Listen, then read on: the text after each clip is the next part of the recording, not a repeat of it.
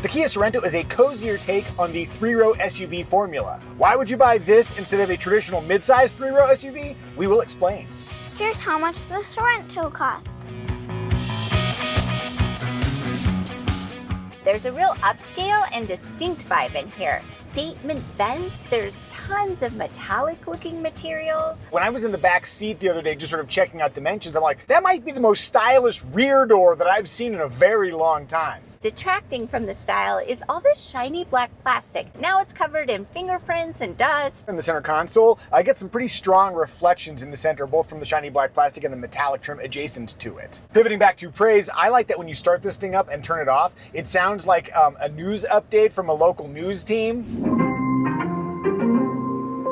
What's the crazy new trend that preteens love, but is baffling the elderly? We'll tell you at 11. One interesting approach that Kia's taken in the interiors of many of their vehicles is this shared climate audio control interface. It uses the same knobs and the same touch space. Visually, it gives a nice clean look to the interior because you have fewer controls.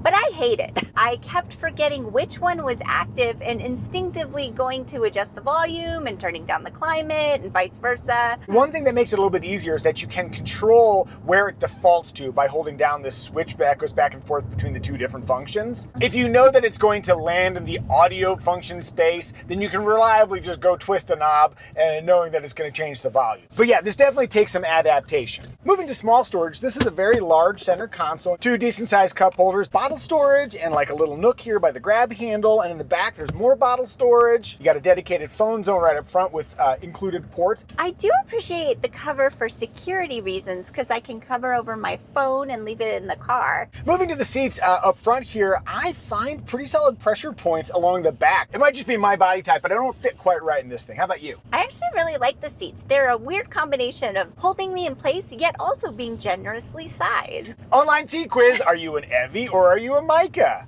I'm both. Aww. There is more than enough space in the second row. And then behind my ideal second row position, my knees do clear, but we have an unfavorable foot to butt ratio. My prime dimensional challenge in the third row is headroom. Really more of a kid space. On that note, Kiddo, how do you find sitting in the third row? It's just as good as the second row, which is good. Verified. Kid seats. In my research, I noted we're supposed to have reclining third row seats, but apparently that's not included on the plug-in hybrid version, and I'm assuming that's because of battery space. Nonetheless, the static recline position in the third row I think is workable. If you go with the two lowest trims of the standard gasoline-powered Sorento, you will get 7 seats. In all other trims, you have second row captain's chairs. So 7 seats in the two lowest trims, 6 in all the others. For second row adjustability, they slide and recline, and you have adjustable armrests. There's also a little charge port on the sides of the front seats. Hey kiddo, let me ask, what do you think about climbing in and out of the Kia Sorento? There isn't a handle, but it's still easy. And getting into the third row is also easy because there's a button you can push to climb in. So it just slides right out of the way, empowering our child to get in without us having to do anything. And then there's another button on the top of the second row seat so that you can push a button and get out. Again, we don't have to do anything. The message is clear, we are uninvolved parents. Thanks, Kia. Kiddo, what's it like climbing between the middle seats? It's pretty tight if you ask me. Extra tight if you're daddy sized. One other nicety for backseat passengers, there are standard vents for second row passengers, but no third row vents. Behind that third row, we have 12.6 cubic feet of space. For most people, the Sorento will be used as a 5-seater, generally speaking, and behind the second row, we have 38.5 cubic feet, which is a good amount of space to work with. That 50-50 split, really easy. Just pull a little tether, they flop on down, easy to pull back up. In our test, we have second row seat releases from the cargo area, though unless the seats are slid all the way back, they will whack into the back of the front seats. Underneath the cargo floor, there is a little bit of underfloor space, but I suspect it is a little less generous in our plug-in hybrid version because we got more battery back there. On that note, I do wish there was a dedicated storage space for the charging paraphernalia. Our tester has the optional smart tailgate, so if you have the key in your pocket and you stand back here for 3 seconds, it will automatically open up.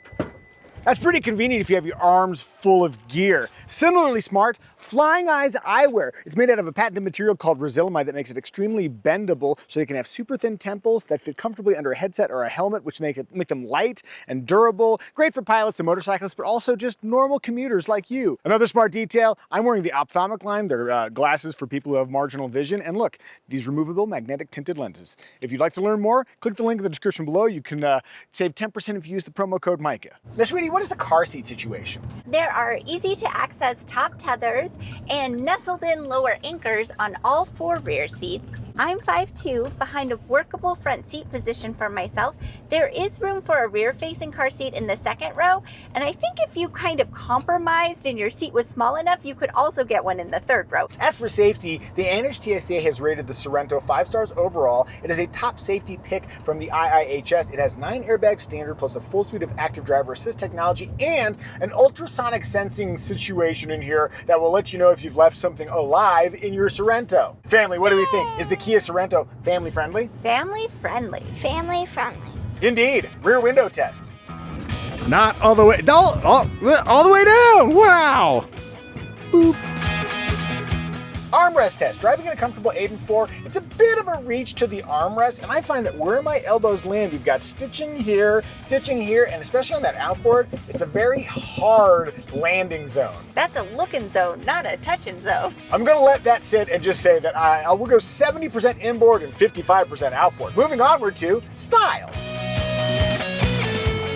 The Kia Sorento was not afraid to take chances stylistically. It was updated in 2025. They added some amber front lighting elements. I really like the changes they've made to the front. It has more of a verticality to it, gives it a real brawny feel. It almost looks a little more like the Telluride, which I think is handsome. All those changes came into place in 2024, except for the hybrid and the plug-in hybrid version. So for 2025, it gets all of those visual updates on the outside. From the side, there are 2 really large pieces of metallic trim. They do look a little tacked on to me, but it does add visual flair, which I'm a fan of. I can't decide. What do you think? A couple more visual updates for 2025. The X-Line and X-Pro trims now get black badge. They've also ditched the gravity gray paint choice and swapped in Panthera metal, which is great because Panthera was always my favorite Thundercat. Lion-O, do they really need another shade of gray?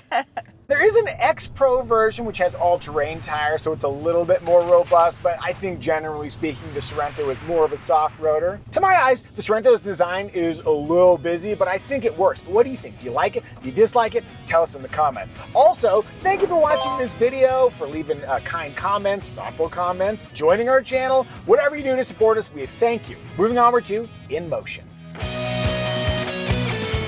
Ride quality is perfectly reasonable. I'm not noticing exceptional harshness or exceptional plushness. It just kind of works in that middle space. When cornering, it's stable and predictable. It is kind of nice to have a better sense of what the front tires are doing. Steering wheel to me feels a little dead. Most people won't care about steering feel, but what they might care about is powertrain delivery. There's a gasoline version, there's a hybrid version, and then there's the plug-in hybrid version that'll have like 31 miles of electric range if you plug it in overnight. We're driving the plug-in hybrid version. There are certain gaps in power delivery. Sometimes, like with gear changes, if you got a 6-speed automatic transmission, I feel like these little bits of lull. And then I had a couple of moments, like on a hill, where it just kind of didn't want to go. Not that there's a lack of power, because you can drive this in full electric mode, but it's like, it's not quite sure what to do. All that on the table, floored.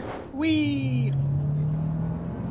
It was interesting because you got the electric pull immediately, and then the gasoline engine's like, oh, wait, crap, I gotta get doing something. The way it all comes together is just a little light on synchronicity. It's like when you and me go there somewhere. Yeah, so I'm the electric motor, you're the gasoline engine, you're like, oh, what are we doing? I'm coming down a hill here, and I can use these paddles to activate increasing levels of regenerative braking, but what we don't have here is a one-pedal drive mode. In terms of total acceleration, the PHEV that we're driving gets to 60 from a stop in about 8.5 seconds. That's not a blistering acceleration number, but it's workable. But if you go to the base gasoline engine, it's around 10 seconds. Look, we're middle-aged, we're not built for speed anymore, but even by our standards, that is slow enough that I might be tempted to get the more powerful turbocharged engine. Let's put this thing into full EV mode. You can leave it in hybrid mode where it'll function like a hybrid. You can put it in automatic mode where it'll kind of figure out what it wants to do. I've put it into electric mode, and I'm curious what kind of acceleration we can get just using the electric power. Floored. Oh, So there's no detent, but it did add the gasoline engine to the equation after a certain point. Let me see if I can stay just this side of gasoline engine. That's not raucous power, but you know, it'll get you to where you're going. And it'll do that without using any gasoline, that's fine. But we also have a sport mode, a snow mode, which actually is relevant to us in our mountain lifestyle, eco mode, which I probably won't make use of. Then you have a lock button in the middle here, which evenly apportions power between the front and rear wheels. One last thing, I'm gonna come to a complete stop in the Micah Muzio Limo Challenge and see if I can make this as smooth as possible, though it's tricky. Oh. That was not good at all. That hybrid brake feel, and even though as I was trying to kind of gently come off of the brake pedal, it just kind of was doing its own thing. It's not easy to bring this thing to a perfect limo smooth stop. That's what I think about driving the Kia Sorento. What does Sweetie think? Evie's at the wheel as you're pulling out here. Tell me, what is it like to maneuver this thing at slow speed? Easy breezy. Do you want more detail? God, yes. The steering feels light. For a 3-row SUV, the size feels really manageable. Over my right shoulder, there is a rather thick pillar there, and over my left shoulder, there's a thick pillar as well. Luckily, this comes equipped with a blind view monitor, so when I put the turn signal on, there's a little screen that pops up and shows me what's in my blind spot. Yeah, that's one of my favorite optional features. Oh, and before we hit the road, were you able to get into a comfortable driving position? Yes, I am. How'd that feel? Zippy! The electric acceleration from off the line, it was super confidence inspiring. Any steering concerns? I didn't notice anything inappropriate with the steering. Seems good to me. You better not be inappropriate with my lady steering wheel. If we were in the market for a cozy 3-row SUV, are there any game killers that would keep you from driving a Kia Sorento? No game killers here, although I would really not appreciate those HVAC controls. Noted. I'm getting back to the driver's seat. Let's move on to remarks.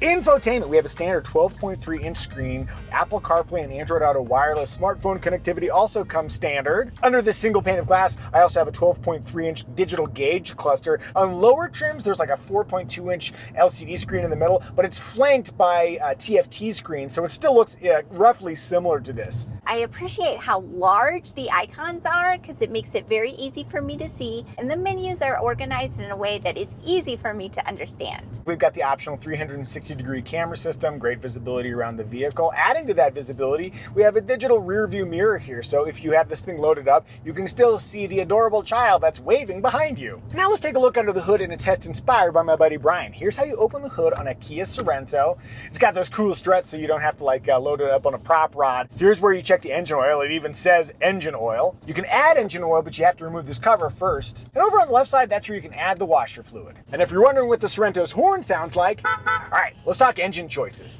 The base engine is a 2.5-liter 4-cylinder, and it comes with an 8-speed automatic transmission. In higher trims, there's a turbocharged version of that engine, but it's paired with an 8-speed dual-clutch transmission. It's slightly less efficient than the base engine, but notably more powerful. Then there's a hybrid 1.6-liter turbocharged engine. The hybrid comes with a 6-speed automatic transmission. Lastly, there's a plug-in version of that hybrid that we've been driving. It comes exclusively with all-wheel drive. Sweetie.